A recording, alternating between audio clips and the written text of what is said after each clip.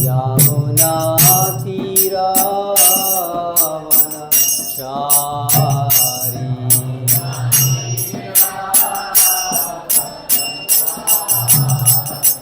जय राधा माधव कुंज बिहारी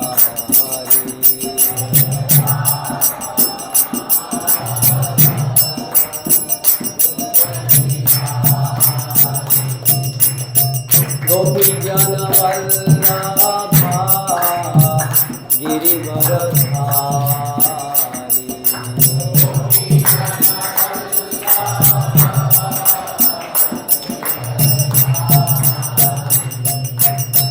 गोपी जन वल्लभा गिरिवरधारी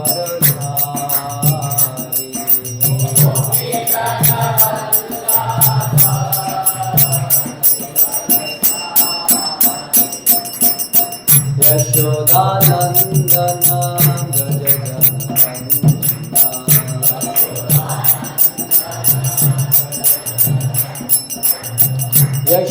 यशोदानंदन व्रज जनरंजन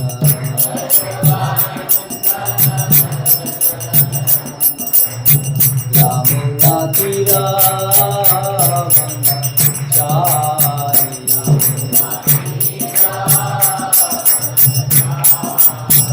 यमुना तीरावनचारी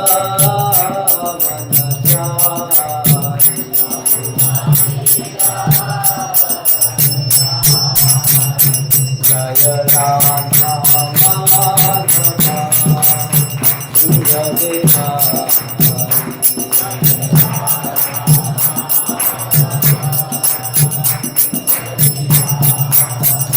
जय राधा माधव कुंज बिहारी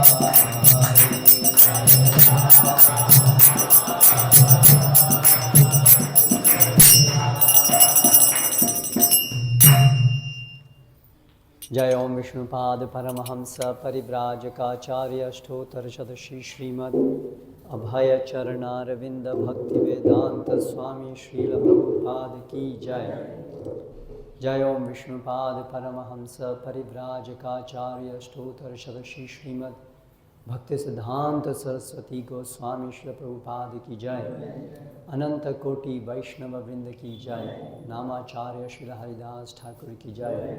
प्रेम से कहो श्री कृष्ण चैतन्य प्रभु नित्यानंद श्री अद्वैत गदाधर श्रीवासादि गौर भक्तवृंद की जय।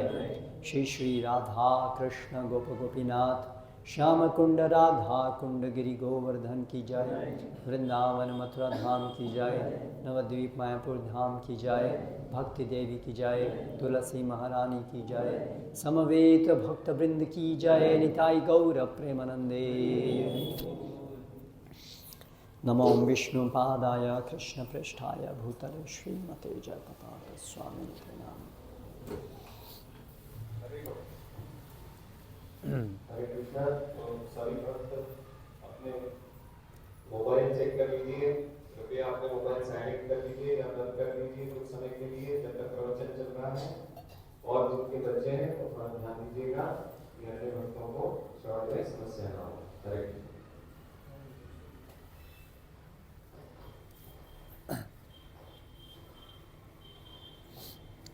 जब ये माइक सेट करते हैं तो ये जो है ना इस तरह से होना चाहिए कि मुंह के आगे नहीं आए, नीचे रहे। फेस जो है वो क्लियर रहना चाहिए। ये नीचे ऐसे रहना चाहिए, इसकी डायरेक्शन से। आपने इसको यहाँ लगाया था तो इसको मैंने नीचे किया फ्यूचर के लिए।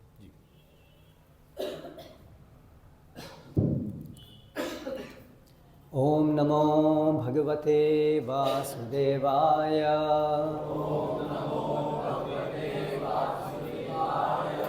ओम नमो भगवते वासुदेवाय।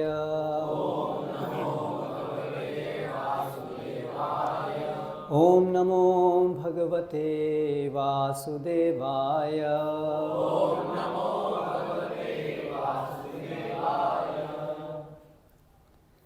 श्रीमद् भगवत गीता यथारूप अध्याय 10 श्री भगवान का ऐश्वर्य, श्लोक क्रमांक 17। शब्द पाठ। कथम विद्याम अहम योगिन त्वाम सदा परिचिन्तयन् केषु केषु च भावेषु चिन्त्यः असि भगवन् मया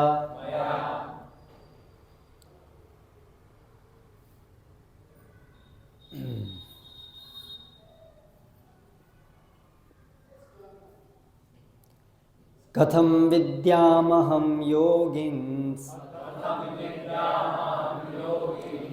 त्वां सदा परिचिन्तयन्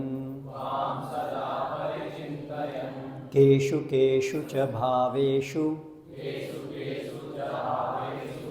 चिन्त्योऽसि भगवन्मया। कथम विद्यामहं योगिन्स त्वां सदा परिचिन्तयन् केषु केषु च भावेषु चिन्त्योऽसि भगवन्मया। कथम विद्यामहं योगिन्स त्वां सदा परिचिन्तयन् केषु केषु च भावेषु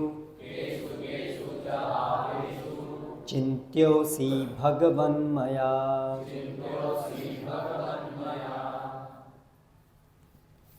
कथं विद्यामहं योगिं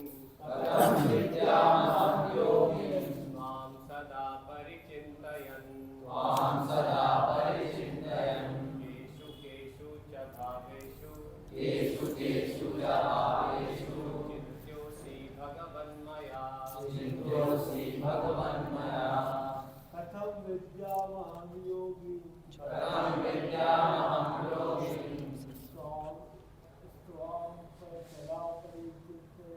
त्वां सदा परिचिन्तयन् केषु केषु च भावेषु चिन्त्योऽसि भगवन्मया। कथं विद्यामहं योगिं त्वां सदा परिचिन्तयन् केषु केषु च भावेषु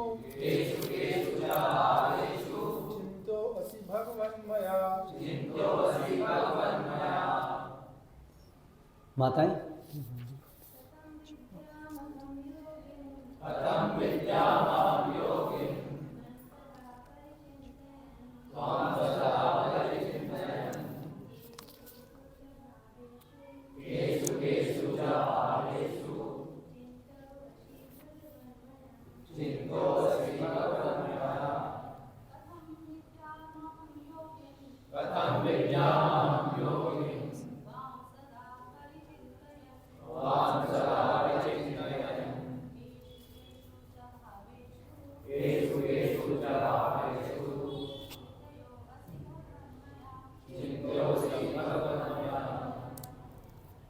शब्दार्थ।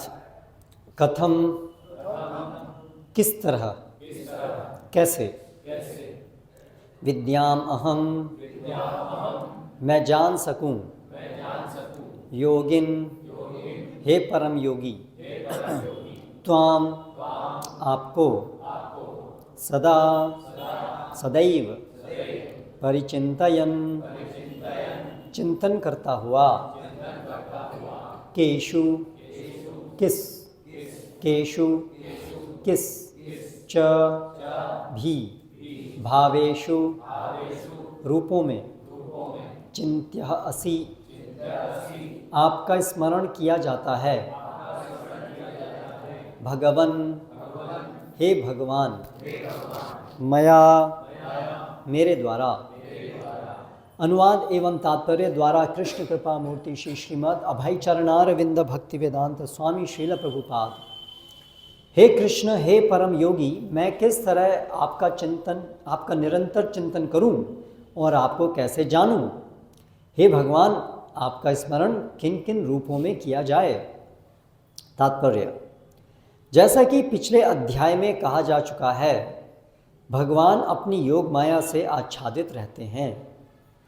केवल शरणागत भक्तजन ही उन्हें देख सकते हैं।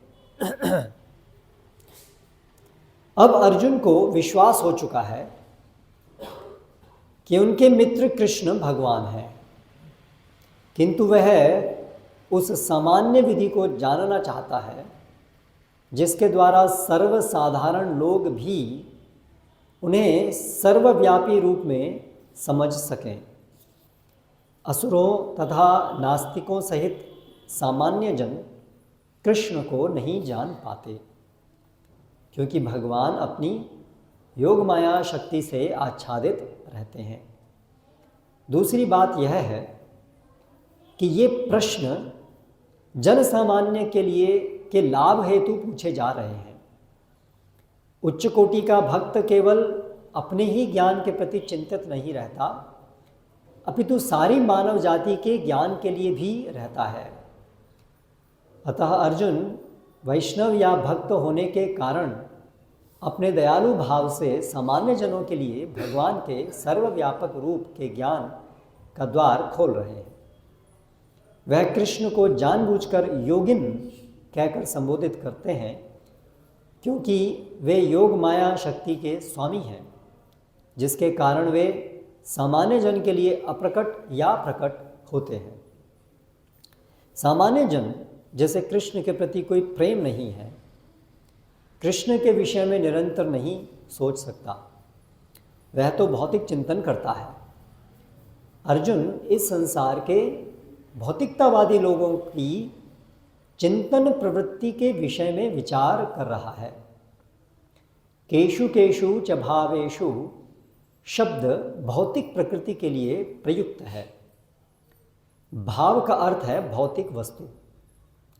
क्योंकि भौतिकतावादी लोग कृष्ण के आध्यात्मिक स्वरूप को नहीं समझ सकते, अतः उन्हें भौतिक वस्तुओं पर चित्त एकाग्र करने की तथा यह देखने का प्रयास करने की सलाह दी जाती है कि कृष्ण भौतिक रूपों में किस प्रकार प्रकट होते हैं।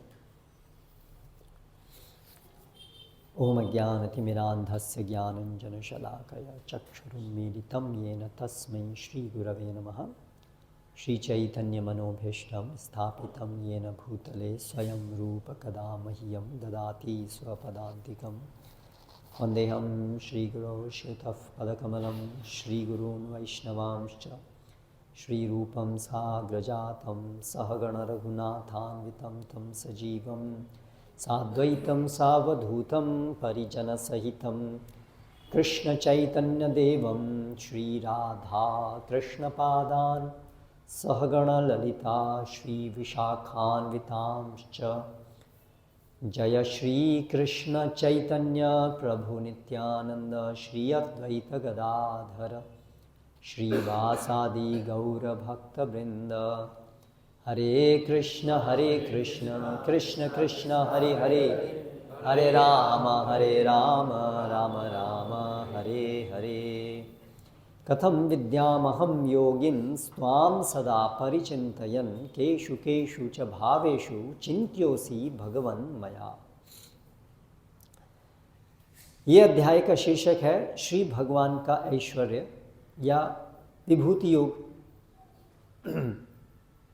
इस अध्याय में विशेष रूप से भगवान इस भौतिक जगत में उनकी शक्तियों की अभिव्यक्ति किस प्रकार से होती है, इसका विवरण दे रहे हैं। विभूति का अर्थ है विशेष शक्ति जो इस भौतिक जगत में का संचालन करती है, स्थापित करती है इस भौतिक जगत को, उसको विभूति कहते हैं। इस अध्याय के आरंभ में ही भगवान ने बताया अर्जुन को कि अभी मैं तुम्हें ऐसा ज्ञान देने जा रहा हूँ जिससे तुम्हारी भक्ति में निष्ठा और बढ़ेगी। एवं विभूति योगम च मम यो वेत्ति तत्ततः सो विकल्पेन योगेन युज्यते नास्त्यत्र संशयः। भगवान कहते हैं जो मेरे इन विभूतियों को जो समझता है, इस भौतिक जगत में किस प्रकार से मेरी शक्तियाँ व्याप्त हैं और इस प्रकार शक्तियों के रूप में मैं किस प्रकार सारे जगत में व्याप्त हूँ, जो इसको समझता है विभूति, और योग अर्थात मेरे गुणों को जो समझता है, उसका परिणाम क्या होता है? सह अविकल्पेन, विकल्प मतलब विकल्प, अन्य कुछ और रास्ता भी है। अविकल्प उसका उल्टा, अविकल्प मतलब एकमात्र एक ही रास्ता रह जाता है उसके लिए। जो व्यक्ति तत्वतः अच्छी तरह से बिना किसी संशय के यथारूप जो किस प्रकार मैं इस जगत में अपनी शक्तियों के रूप में विद्यमान हूँ, यानी कि कैसे ये जगत पूरी तरह से मेरी शक्तियों पे ही टिका है, इस बात को जो तत्वतः स्पष्टतः जो जान लेता है, उसका परिणाम क्या होता है कि वो निश्चित रूप से मेरी भक्ति में रत हो जाता है। स्व अविकल्पेन योगेन युज्यते, वो मेरे साथ मेरी सेवा के माध्यम से युक्त हो जाता है। युज्यते नास्त्यत्र संशयः, इसमें कोई संशय नहीं है। अंततः पूरी भगवद गीता हमें इस निष्कर्ष पे ले आने के लिए है, सर्वधर्मान परित्यज्य माम एकम शरणम व्रज। अन्य सारे कार्यों को, कर्तव्यों को छोड़कर, त्यजांजलि देकर अपना वास्तविक कर्तव्य, वास्तविक कार्य, परम कर्तव्य, इसको करना आरंभ करो, जो है मेरी भक्ति सेवा, श्री कृष्ण की भक्ति सेवा, जिसका आरंभ होता है शरणागति से। सर्वधर्मान परित्यज्य माम एकम शरणम व्रजा।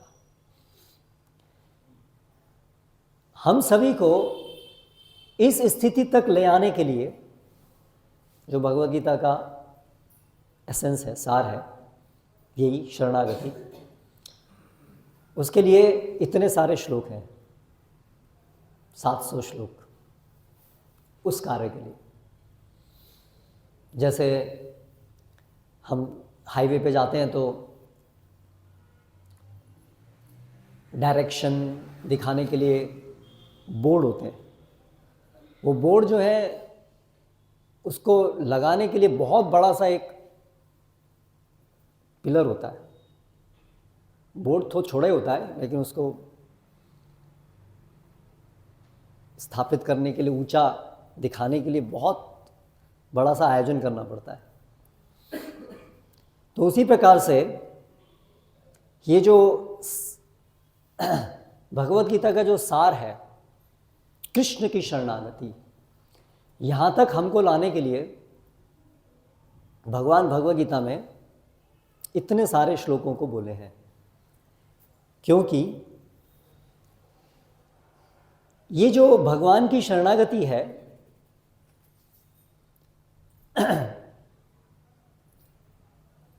ये शरणागति, ये जो 700 श्लोक हैं, इनको समझने से आती है।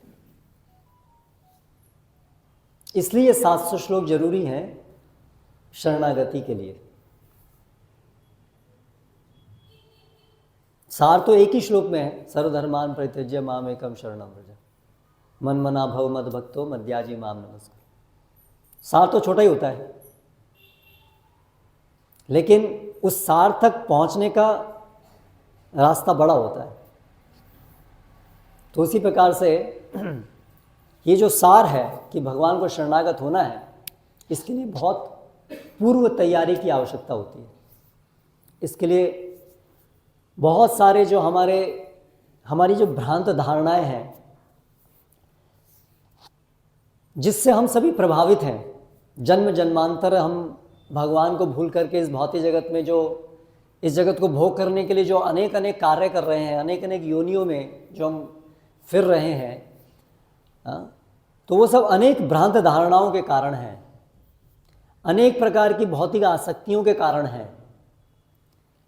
ये सब भ्रांत धारणाएं जब तक नहीं हटती, तब तक जीव भगवान को शरणागत नहीं होता। इसीलिए उस एक तथ्य को बताने के लिए अलग अलग प्रकार से भगवान हमें समझाने के लिए ये सब अलग अलग श्लोक बोल रहे हैं, बता रहे हैं। इसीलिए जो भक्ति है, भगवान की सेवा, वो भगवान और जीव, ये प्रकृति, ये सब क्या क्या है, इस सब के विशुद्ध ज्ञान पे आधारित है।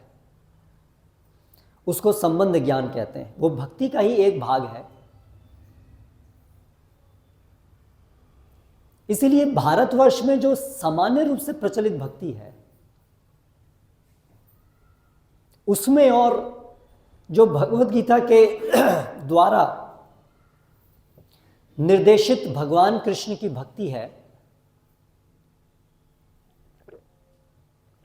उसमें बहुत अंतर है। बहुत सारे कृष्ण मंदिर हैं, राधा कृष्ण मंदिर, और इस्कॉन के अंदर भी राधा कृष्ण मंदिर की स्थापना होती है। कई बार लोग इसलिए प्रश्न भी करते हैं, इतने सारे मंदिर तो है ना, आप एक और मंदिर क्यों बना रहे हैं? किंतु एक बहुत बड़ा अंतर है।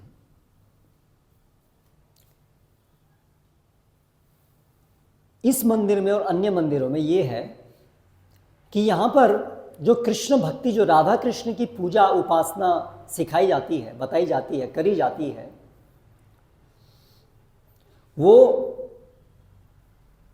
विशुद्ध संबंध ज्ञान पे आधारित सेवा भक्ति है। जबकि अन्यत्र सामान्यतया जो भक्ति चलती है, उसमें अक्सर बहुत सारी भ्रांत धारणाएं सम्मिलित होती हैं। उसमें सामान्यतः भौतिक भावुकता रहती है। भावुकता होना तो अच्छा है, अंततः भाव भक्ति हमारा लक्ष्य है कि हमें भगवान की सेवा में हम तल्लीन हो जाएं, भावना से भगवान की सेवा कर सकें, मन से सेवा कर सकें, ये तो वांछित है। किंतु ये जो भावनाएं हैं, ये परिपक्व आध्यात्मिक स्तर पे होनी चाहिए। भौतिक स्तर पे भी भावनाएं हो सकती हैं, होती हैं। इस भौतिक जगत में हम देखते हैं हमारी भावनाएं होती हैं, हमारे पारिवारिक संबंधों के अंदर या मित्र इत्यादियों के प्रति जो हमारा स्नेह होता है, तो उसमें हमारी भावनाएं जुड़ी होती हैं, या भौतिक चीज़ों के प्रति भी लोगों की भावनाएं होती हैं। तो भावनाएं तो भौतिक भी हो सकती हैं और आध्यात्मिक भी हो सकती हैं। इसलिए भावुकता भौतिक भी हो सकती है और आध्यात्मिक भी हो सकती है। सामान्यतः हम देखते हैं भगवान कृष्ण की भक्ति का परम उदाहरण तो व्रज गोपिकाएं हैं, और उनके जीवन को जब हम देखते हैं, जो बड़ा प्रचलित है पूरे भारतवर्ष में विशेष रूप से, और उत्तर भारत में विशेष रूप से, और यहाँ मध्य प्रदेश में वृंदावन नज़दीकी है, तो यहाँ तो विशेष रूप से वो व्रजवासी गोपिकाओं की जो भावुकता है कृष्ण के प्रति, वो बड़ी प्रचलित है। किंतु क्या होता है, अगर भगवद गीता के इन श्लोकों को समझे बिना हम कृष्ण की भक्ति सामान्यतः लोक में जो प्रचलित है उस आधार पे करना शुरू करते हैं और उससे जो हमारी भावनाएं उमड़ती हैं वे ज़्यादातर केवल भौतिक धरातल पर ही रह जाती हैं, वो परिपक्व नहीं होती हैं। यानी भौतिक जगत के प्रति आसक्ति बनी रहती है और वही भौतिक आसक्ति की जो भावना है वो कृष्ण के संबंध में आरोपित हो जाती है। शास्त्रों में उसका एक टेक्निकल एक विशिष्ट नाम है, मुझे अभी एग्जैक्टली याद नहीं है। ऐसी भावनाएं जो आरोपित होती है, आरोपित भक्ति है वो, है ना। जब कोई भौतिक जगत में किसी का कोई कुछ कष्ट होता है तो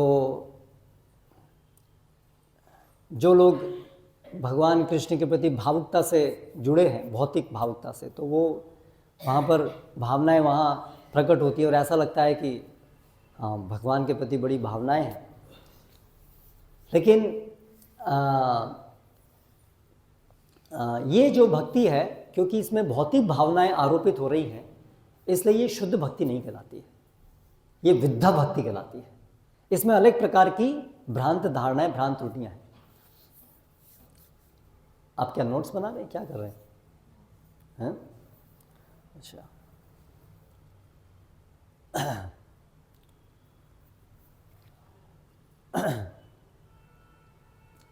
इसीलिए जो परंपरा में आचार्य आते हैं, जैसे श्रील प्रभुपाद, रामानुजाचार्य, मध्वाचार्य, वो कृष्ण भक्ति का प्रचार संबंध ज्ञान के आधार पर करते हैं।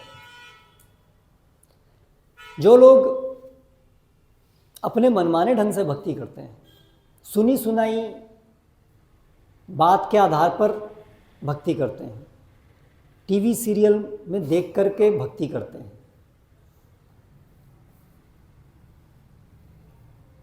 परंपरा विहीन कुछ साहित्य को पढ़ करके भक्ति करते हैं,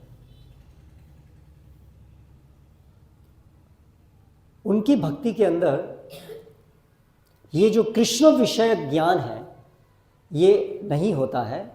इसीलिए उनकी भक्ति बहुत ही कनिष्ठ अवस्था में रहती है। एक प्रकार की भक्ति बोल सकते हैं, पर उसको शास्त्रों की भाषा में उसको प्राकृत भक्ति कहा गया है। भक्त प्राय, वो भक्त की एक परछाई जैसी है, भक्ति की एक परछाई जैसी, वो वास्तविक भक्ति नहीं, क्योंकि उसमें सारी भ्रांत धारणा है। इसीलिए श्रील प्रभुपाद ने कृष्ण भक्ति का प्रचार संसार में करने के लिए भगवद गीता, श्रीमद् भागवतम इत्यादि जो अधिकृत वैदिक ग्रंथ हैं उनके ऊपर टीका लिखी और उसका बड़े प्रबल तरीके से विस्तार हो, प्रचार हो, ये पुस्तकें सब तक पहुँचें, ऐसा प्रयास किया और अपने शिष्यों को विशेष रूप से आदेश दिया हम सबको, क्योंकि ये आधार है, ये वास्तविक कृष्ण भक्ति का आधार है। इसीलिए हम यहाँ पर एक एक श्लोक के ऊपर चर्चा करते हैं। इसलिए हम कहते हैं कि अगर आप वास्तव में कृष्ण भक्ति करना चाहते हैं, अगर आप वास्तव में कृष्ण को समझना चाहते हैं, अगर आप केवल एक धार्मिक मनोरंजन से ऊपर उठकर अपने जीवन में वास्तव में कृष्ण के साथ संबंध जोड़ना चाहते हैं, तो आपको नियमित रूप से इन पुस्तकों का अध्ययन करना होगा। आपको नियमित रूप से भगवद गीता का अध्ययन करना होगा। उसके बिना कोई चारा नहीं है। अध्ययन करना होगा। आजकल तो सभी साक्षर हैं, इसलिए हम ये कह रहे हैं अध्ययन करना होगा, लेकिन जो साक्षर नहीं थे तब श्रवण के माध्यम से जानते थे। तो श्रवण हो कि अध्ययन हो, दोनों एक ही बात है। लेकिन ये जो भगवद गीता का ज्ञान है वो हमें नियमित सुनना चाहिए। तो भगवान ने इस अध्याय के अंदर क्यों अपनी विभूतियों के विषय में बताया? क्योंकि जब हम ये जानेंगे कि कैसे कृष्ण भगवान हैं, भगवान का अर्थ वास्तव में क्या है, भगवान की महानता कितनी विभू है, जीव में और भगवान में कितना बड़ा अंतर है, ये सब चीजों को जानने से हम स्वाभाविक रूप से भगवान के प्रति शरणागत हो पाएंगे। शरणागति का अर्थ है जब हम अपने को, जिनके प्रति हम शरणागत हैं, उनकी सेवा में एक सामान्य दास की तरह नियुक्त कर देते हैं। जब हम ये समझते हैं कि हम पूरी तरह से अपने स्वामी पे आश्रित हैं, उसको शरणागति कहते हैं। तो हमें ये समझ में आना चाहिए ना कि हम आश्रित हैं। ये समझ में आने के लिए कि हम आश्रित हैं, ये सब श्रवण अध्ययन जरूरी है। सामान्यतया हम सभी इस भौतिक जगत में अपने को आत्मनिर्भर मानते हैं। हम सोचते हैं कि मैं स्वतंत्र रूप से यहाँ पर अभी हूँ, मेरे पास मेरी बुद्धि, मेरा शारीरिक श्रम, मेरा शारीरिक बल और धन इत्यादि है, जिससे मैं जीऊँगा, और न केवल जीऊँगा बल्कि इस भौतिक जगत में जितनी भी भोग की वस्तुएं हैं उसको संकलित करूँगा और उसके आधार पर मैं खूब आराम से रहूँगा। और जो थोड़े और धार्मिक हैं, नहीं थोड़े नहीं, जो धार्मिक हैं वो सोचते हैं कि दोबारा जन्म भी होता है, तो इसलिए न केवल इस जीवन में सुखी रहूँगा अपने प्रयासों से, किंतु मैं ऐसे प्रयास भी करूँगा अपनी बुद्धि से, अपनी समझ से, और साथ साथ देवतागण जो हैं, शास्त्र जो हैं, उनकी मदद से मैं ऐसे कार्य भी करूँगा, ऐसे प्रयास भी करूँगा जिससे मैं आने वाले जन्म में भी सुखी रहूँ। इस तरह से अपने को सुखी रखना, अपना सुख सुनिश्चित करना मेरे अपने हाथ में है। मैं अपना हित जानता हूँ और हित कैसे मुझे करना है ये भी मैं कर सकता हूँ, मैं सक्षम भी हूँ। ये सामान्यतया हर व्यक्ति की धारणा रहती है। हम अपने को आत्मनिर्भर मानते हैं। यद्यपि जीवन में बार बार हम ये अनुभव करते हैं कि हमारी योजनाएं सुखी रहने की विफल होती हैं, किंतु फिर भी हमें, क्योंकि अंतःकरण में अटूट विश्वास रहता है कि मैं हूं तो सक्षम, अपना सुख, अपने को सुखी बनाने के लिए मैं हूं तो सक्षम। ठीक है, मार्ग में कुछ विफलताएं आ रही हैं, लेकिन उन विफलताओं को भी मैं अपने प्रयासों से, अपनी क्षमता से हटा दूंगा।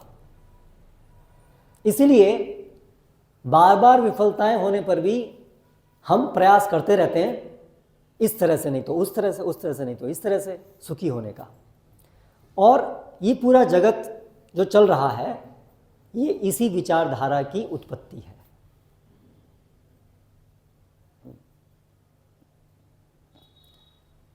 जब तक ये विचारधारा रहती है तब तक इस भौतिक जगत में संघर्ष चलता रहता है। तब तक हम न केवल इस छोटे जीवन में संघर्ष करते रहेंगे, बल्कि दोबारा जन्म लेते ही रहेंगे इस भौतिक जगत में, और हर जन्म में इसी प्रकार अलग अलग योनि में संघर्ष करते रहेंगे। जैसे हम देख रहे हैं, हर अलग अलग योनि में सब लोग संघर्ष कर रहे हैं। अगर हम थोड़े से ही बुद्धिमान हैं तो हम देख सकते हैं कि पूरे इतिहास में सभी लोग तो यही प्रयास कर रहे थे। उनमें से कोई बहुत बड़े शक्तिशाली बुद्धिशाली लोग भी थे, रावण हिरण्यकशिपु जैसे महान शक्तिशाली लोग भी थे जिनका यही प्रयास था कि हम अपने बलबूते पे कैसे सुखी हो जाएं। लेकिन परिणाम क्या हुआ? अंततः उनके सभी सुखी रहने के प्रयास तो विफल हुए, क्योंकि अंततः मरण तो उनको लेना ही पड़ा। भले ही वो इतने शक्तिशाली थे कि उनके ऐसे प्रयास थे कि हमारा मरण भी नहीं हो, हमारी अपनी शक्ति से हम अपना मरण भी रोक दें, इतने यहाँ तक उन्होंने प्रयास किया। लेकिन हम देख सकते हैं कि ये प्रयास कभी किसी का पूरा नहीं हुआ है, तो फिर हमारा कैसे पूरा होगा? हमारा सुखी रहने का प्रयास कैसे पूरा होगा? किंतु फिर भी हम इसी प्रयास में लगे रहते हैं। तो इतना जो हमारे अंदर ये हम अपने आप सुखी रह सकते हैं, हम स्वतंत्र हैं, ये जो अंधविश्वास है, इसको अंधविश्वास ही कहा जाएगा क्योंकि इसका कोई तथ्य नहीं है।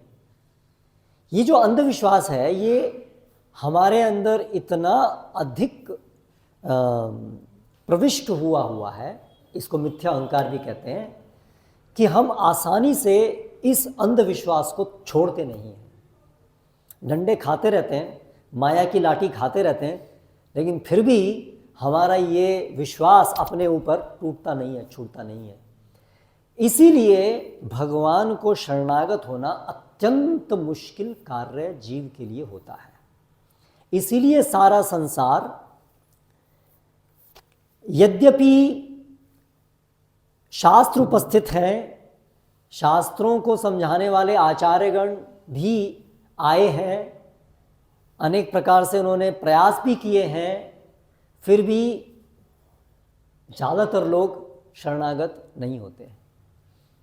नमाम दुष्कृतिनो मूढ़ा प्रपद्यन्ते नराधमा मायया अपहृत ज्ञान आसुरम भावमाश्रिता। ये बात भगवान बताते हैं कि जो मुझसे द्वेष करते हैं, जो बड़े मूर्ख हैं, जो बड़े बुद्धिमान तो हैं भौतिक दृष्टि से, किंतु मुझसे ईर्ष्या करने के कारण उनकी बुद्धि हर ली गई है माया के द्वारा, ऐसे सारे लोग, और जो बड़ी नीच कर्म पापों में लिप्त होते हैं, वे मेरी शरण में नहीं आते। तो भगवान की शरण में जाना बड़ा दुर्लभ है। मनुष्य नाम सहस्रेषु कश्चित् यतति सिद्धये यथापि सिद्धानाम कश्चिन् माम वेत्ति तत्त्वतः। भगवान अन्य श्लोकों में भी कहे हैं कि मेरी शरणागति में आना बड़ा मुश्किल है।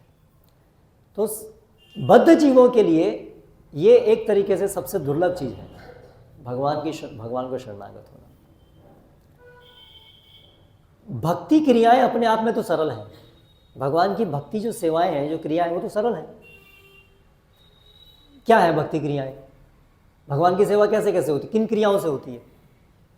श्रवणम, कीर्तनम, स्मरणम, अर्चनम, वंदनम, दास्यम, सख्यम, आत्मनिवेदनम, ये सारी क्रियाएं तो करने में तो बड़ी सहज है। श्रवणम कर रहे हैं अभी हम लोग बैठ के, सहज नहीं है? बहुत सहज है। भगवान के विषय में सुनना, भगवान के विषय में बोलना बड़ा सामान्य कार्य लगता है, बड़ा सामान्य कार्य है, सहज है। पूजा करना बहुत सहज कार्य है, कोई भी कर सकता है इस दृष्टि से।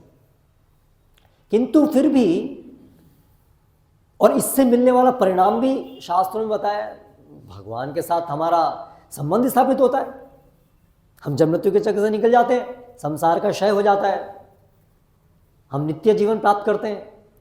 अरे इतनी आसान चीज से यदि इतना अच्छा फल प्राप्त हो रहा है तो फिर लोगों को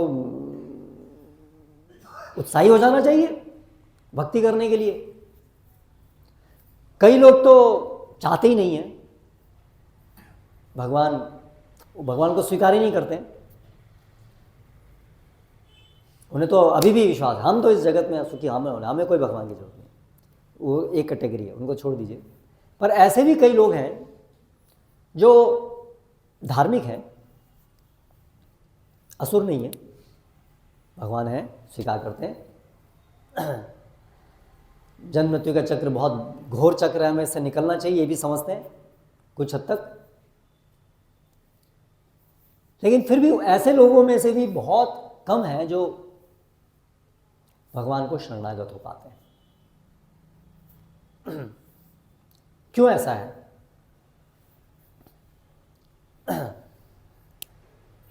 क्यों बहुत सारे पुण्यशाली लोग भी भगवान को शरणागत नहीं हो पाते? नर्मदापुरम जैसे अभी थोड़े समय पहले भक्ति परम पूज्य भक्ति विकास स्वामी महाराज भी आए थे, तो भी इसी बात पर जोर दे रहे थे कि नर्मदापुरम में पुण्य कर्मों की नगरी है, थी, अभी पता नहीं अभी तो क्या है। तो बहुत सारे कर्मकांडीय गतिविधियां होती रहती हैं यहाँ पर, लेकिन कृष्ण को शरणागत होना उन लोगों के लिए भी बहुत मुश्किल है। क्योंकि जो सारा पुण्य कर्म हम जो कर रहे हैं, कर्म कांड कर रहे हैं, देवी देवताओं की बड़े ऐश्वर्य से पूजा कर रहे हैं, है ना। जब शिवरात्रि आएगी तो बड़े बड़े आयोजन होंगे, दुर्गा पूजा होती है तो बड़े बड़े आयोजन होते हैं, कितना पैसा खर्च किया जाता है, कितनी मेहनत की जाती है, समय निकाला जाता है ना। क्रियाम विशेष बहुलाम भगवान बताते हैं, है ना। बड़े बड़े यज्ञ संपन्न किए जाते हैं, लेकिन कृष्ण को शरणागत होना, कृष्ण भक्ति करना, ये कृष्ण के विषय में सुनना, हरे कृष्ण मंत्र जप करना, ये करने के लिए लोग नहीं आते हैं। ये बड़ा मुश्किल है। क्यों? क्योंकि इसमें बीच में अड़ंगा कहाँ आ रहा है? वो शरणागति। वो जो सारे कार्य हैं, कर्म कांड हैं, उसमें भगवान की शरणागति की जरूरत नहीं है। उसमें आपने अपने को न्यौछावर नहीं करना है, भगवान की सेवा में न्यौछावर नहीं करना है। हम देवी देवताओं की पूजा भी करते हैं, एक तरीके से हम उनको, है ना, हम एक निम्न स्थान लेते हैं, लेकिन उसमें अंततः हम परम भोक्ता के रूप में ही अपने को रखते हैं कि देखिए हम आपकी पूजा करते हैं, आपकी सेवा करते हैं, आपको ये देते हैं, आपको ये देते हैं। क्यों? क्योंकि बदले में आप हमें वो दीजिएगा, क्योंकि अंततः मैं भोक्ता हूं, आई एम एंटाइटल्ड, मैं अधिकारी हूं भोग करने का। आप उसमें मेरी सहायता कर रहे हैं, इसलिए आपको प्रणाम। इसको हम सोचते हैं ये भक्ति है। जहां तक पुण्यशाली लोगों की भक्ति इस प्रकार की होती है, लेकिन उसमें वो जो मिथ्या अहंकार है कि मैं जगत का भोक्ता हूं, मैं सुखी हो सकता हूं, ये भ्रांत धारणा बिल्कुल बनी हुई है। जब तक ये भ्रांत धारणा रहेगी तब तक हम भगवान कृष्ण को शरणागत कैसे होंगे? भगवान कृष्ण को वास्तविक शरणागति का अर्थ है, कृष्ण हम आपके दास हैं, आपको प्रसन्न करना ही हमारा एकमात्र कर्तव्य है। बस खत्म बात। यही हमारा परम कर्तव्य है और यही हमारा वास्तविक हित है। हम आपके दास हैं। क्यों? क्योंकि हम आपके दास हैं, क्योंकि आप भगवान हैं, हम आपके दास हैं, इसलिए बस।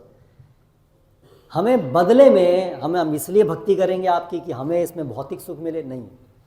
हम क्योंकि आपके स्वाभाविक रूप से आपके दास हैं, संवैधानिक रूप से क्योंकि हम आपके दास हैं, इसीलिए हमें आपकी सेवा करनी चाहिए। इस समझ को भक्ति, शुद्ध भक्ति कहते हैं। ये समझ शुद्ध भक्ति का आधार है। इस समझ को स्वीकार कर पाना बड़ा मुश्किल है। ये शरणागति है, यहां समस्या आती है ना। इसीलिए इन सत्संगों में संख्या बढ़ाना आसान नहीं है।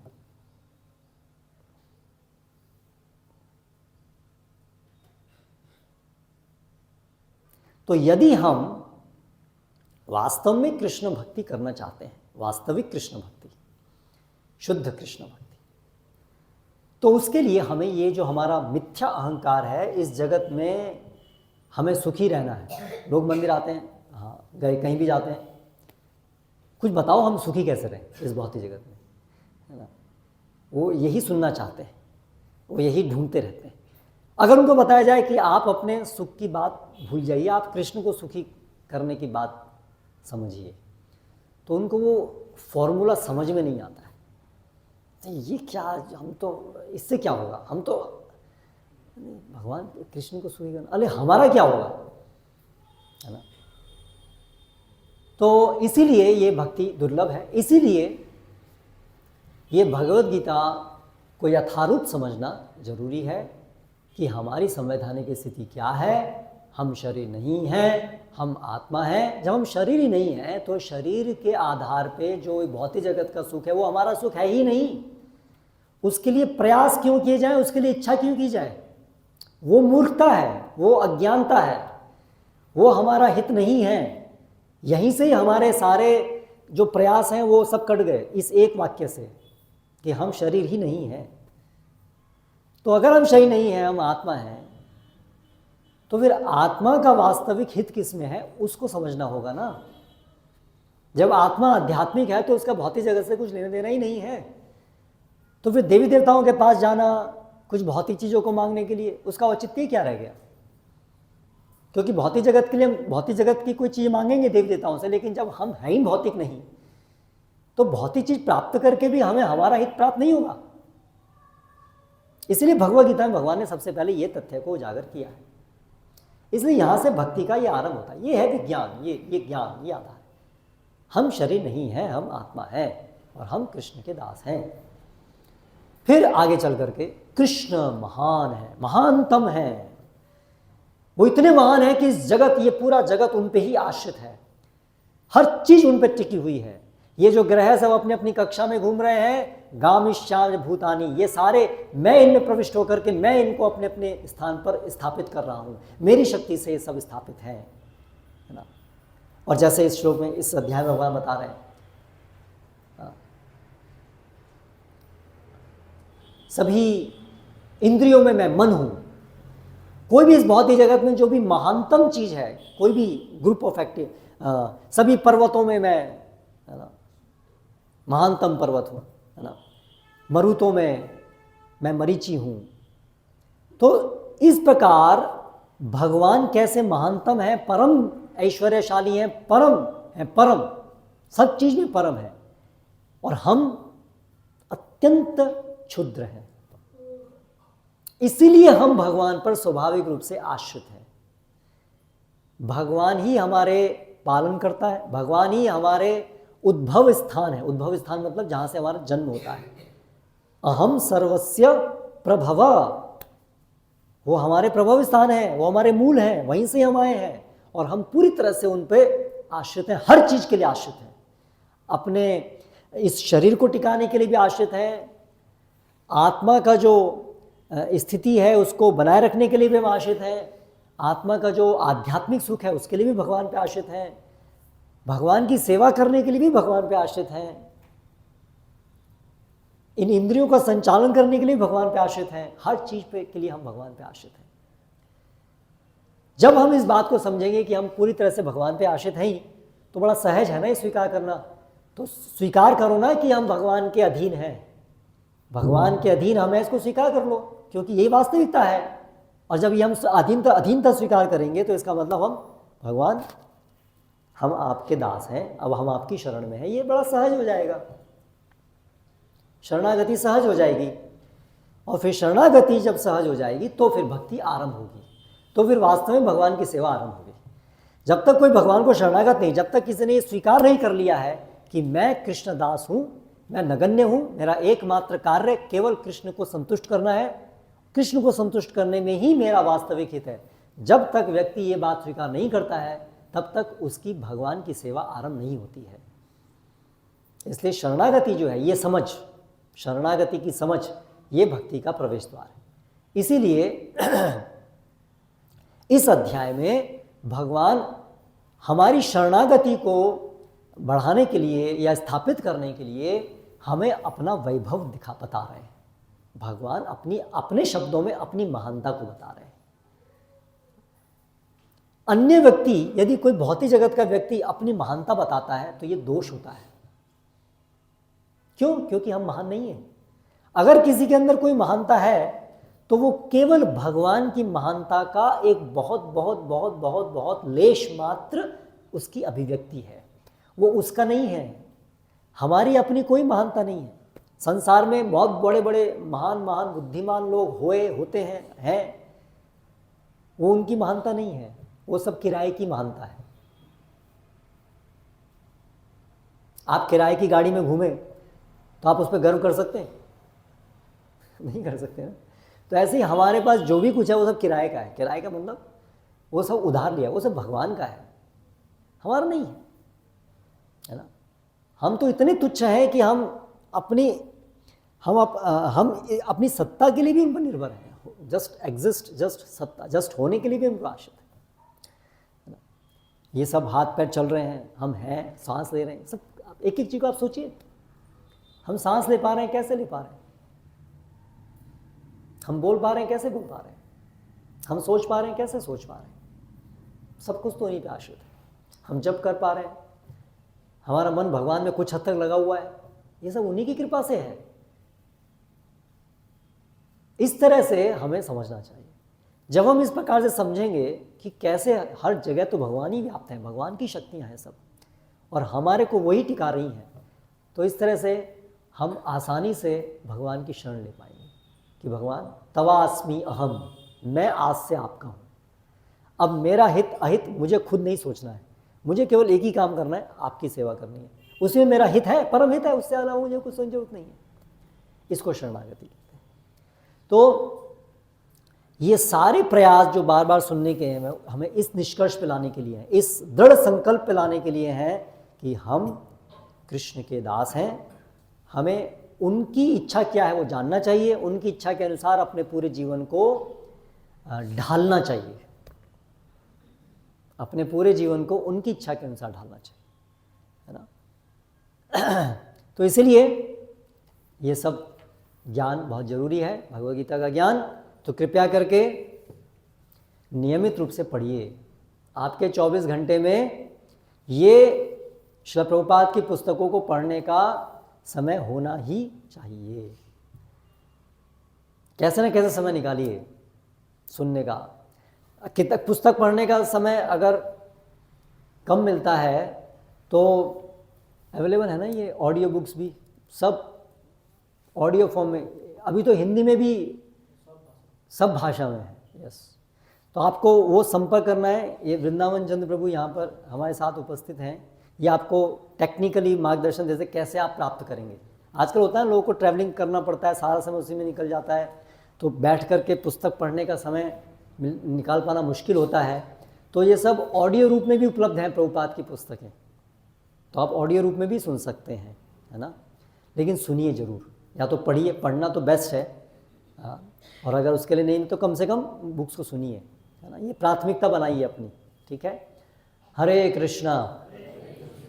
श्रील प्रभुपाद की जय। कोई प्रश्न अगर किसी का है इस संदर्भ में तो आप पूछ सकते हैं।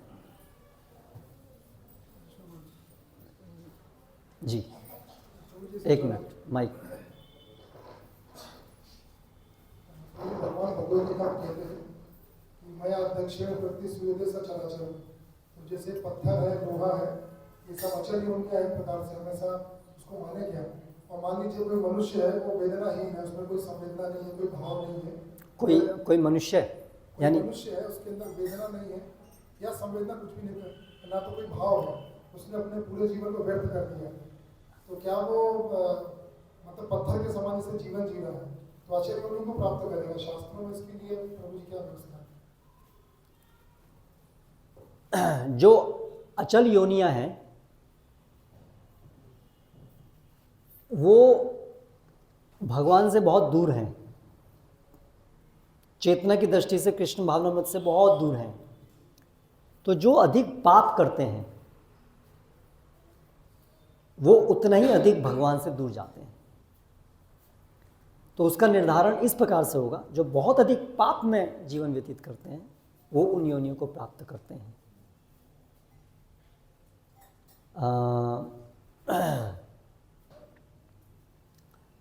इसलिए जो मनुष्य योनि है वो बहुत एक पुण्यशाली योनि है।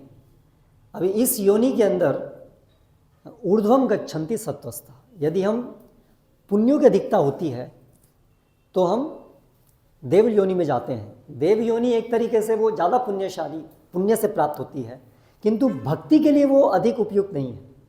भक्ति के लिए ये योनि उपयुक्त है, क्योंकि इसमें केवल ऐशो आराम नहीं है, कष्ट भी है ना।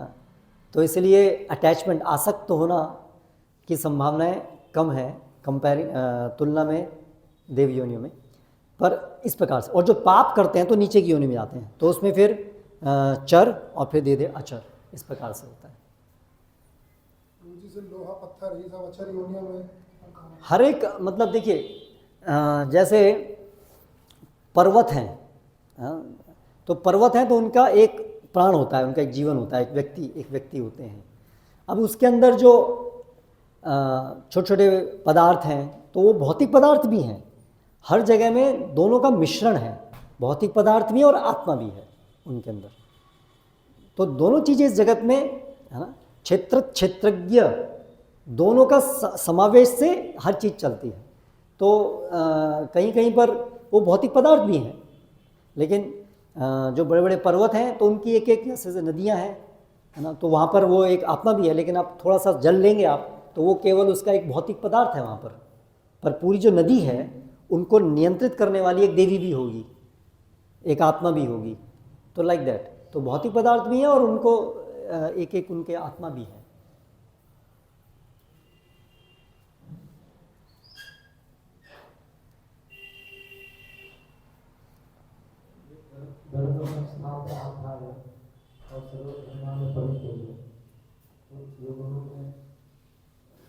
सामंजस्य कैसे बैठाएं?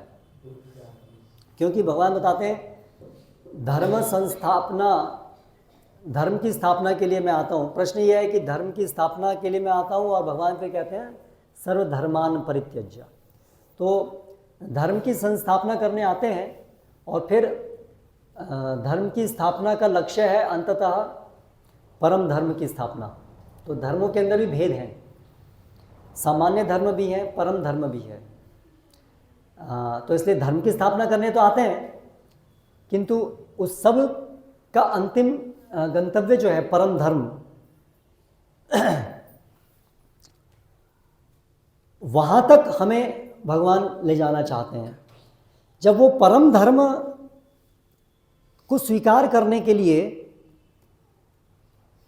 हमें जो अभी तक के जो हमने धार्मिक धर्म को स्वीकार किया था,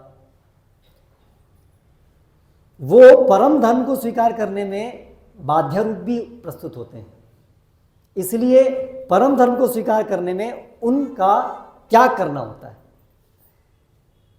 लेकिन अधर्म को छोड़ने के लिए पहले धर्म को स्वीकार करना पड़ता है, सामान्य धर्म को, और फिर परम धर्म को स्वीकार करने के लिए सामान्य धर्म को भी छोड़ना पड़ता है।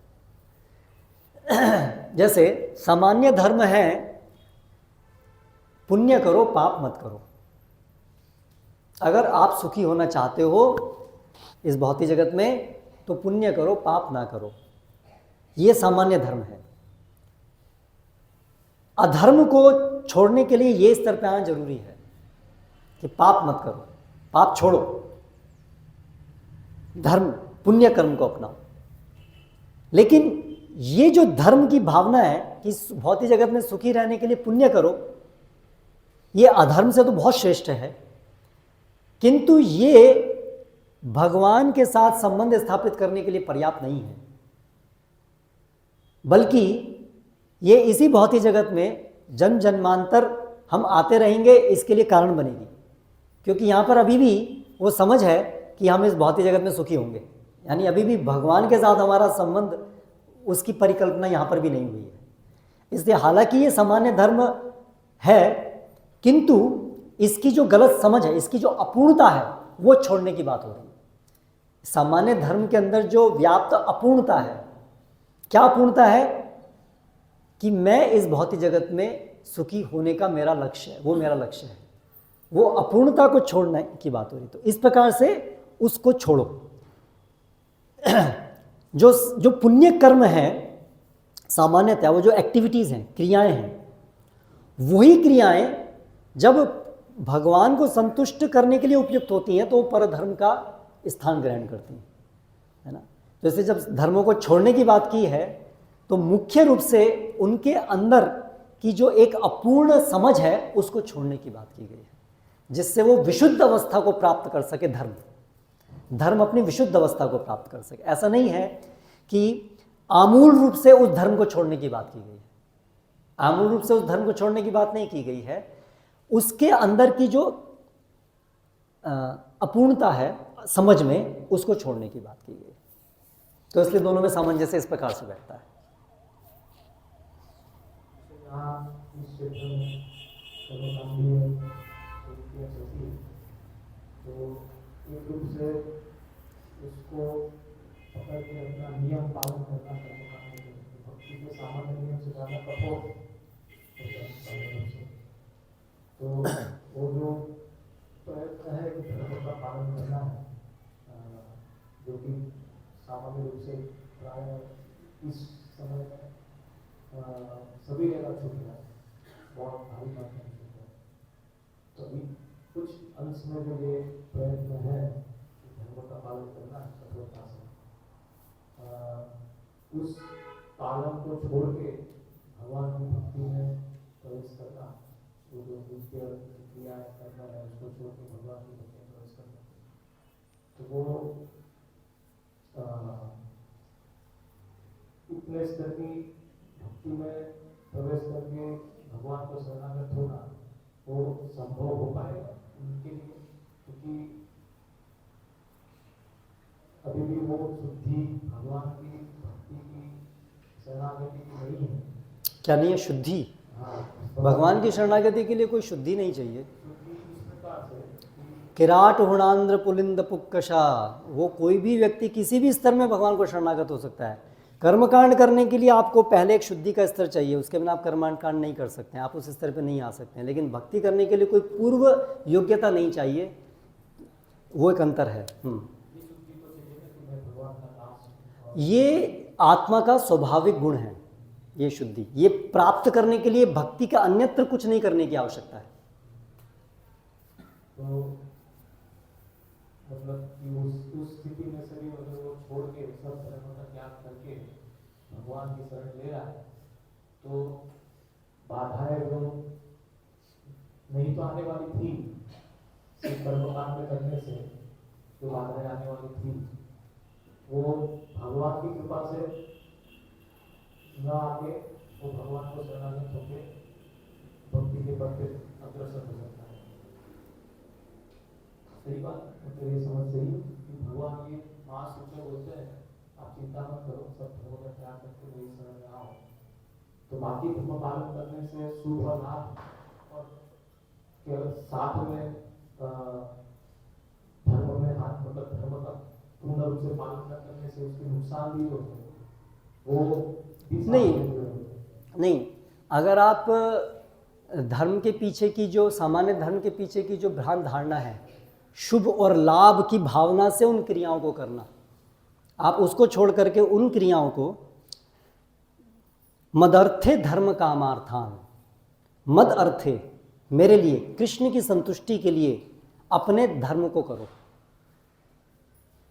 तो उन क्रियाओं को जो भक्ति के लिए अनुकूल है, जो धार्मिक कृत्य, जो शास्त्र के अनुष्ठान, कर्मकांडीय क्रियाएं जो भक्ति के लिए अनुकूल हैं, उनको त्याग करने की बात कहीं नहीं की गई है। लेकिन ऐसे भी कुछ कृत्य हैं जो भक्ति के लिए प्रतिकूल हैं, उनको त्याग करना है। जैसे देवी देवता का आश्रय, तो उनका तो परित्याग करना होगा, पर वो बहुत कम है, कुछ है संख्या में। ज़्यादातर जो कृत्य हैं कर्मकांड के, वो सब भक्ति के लिए अनुकूल हैं, है ना। जैसे प्रातःकाल ब्रह्म मुहूर्त में उठना, नित्य रूप से स्नान करना, सात्विक चीज़ों को ग्रहण करना, इत्यादि बहुत सारी ऐसी चीज़ें।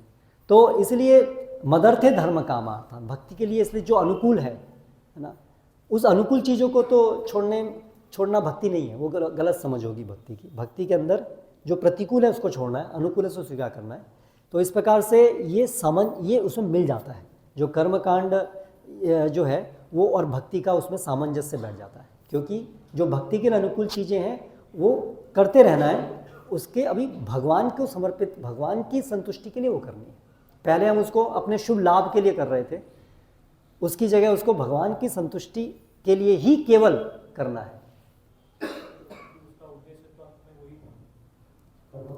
धीरे धीरे से स्लो प्रोसेस में, लेकिन उद्देश्य तो वही था।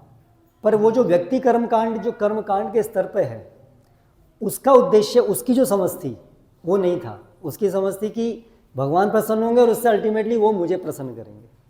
तो एंड पॉइंट यहाँ के रुक रहा था, इसलिए उसको यहाँ नहीं करना है, केवल वहीं होना है। वो ये अंतर हुआ।